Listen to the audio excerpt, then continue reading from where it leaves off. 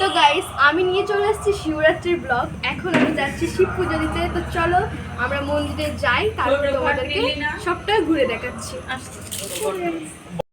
মন্দিরে আসার সঙ্গে সঙ্গে দেখি গাইস কি সুন্দর ডাঙ্গা বাজছে, তোমরা একটু শোনো।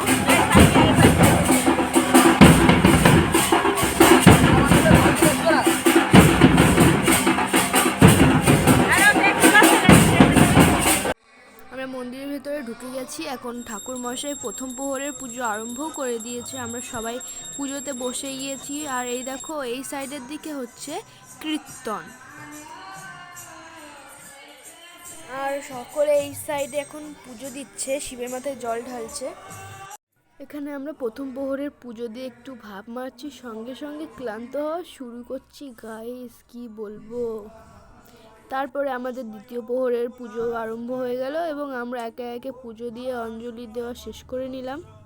এখন দেখতে পাচ্ছ রাত 1টা বাজে আর আমাদের সবার হাল।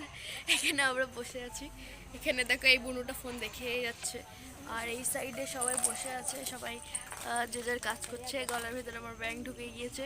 চলো গাইস, এখনো আর দুটো বাকি আছে পুজো দেওয়ার। দুটো পুজো দেওয়া হয়ে গেলে আমরা স্নান করব, করে আবার আসবো পুজো দিতে। 3 প্রহর জল ঢালা হয়ে আছে। এখন আমরা একটু বেরিয়েছি ঘুরতে। আর দেখো আমার সাথে সবাই বেরিয়েছি, সবাই ওখানে দাঁড়িয়েছি। আমরা এত বেশি দূরে ঘুরতে আসিনি, জাস্ট একটু এসছি।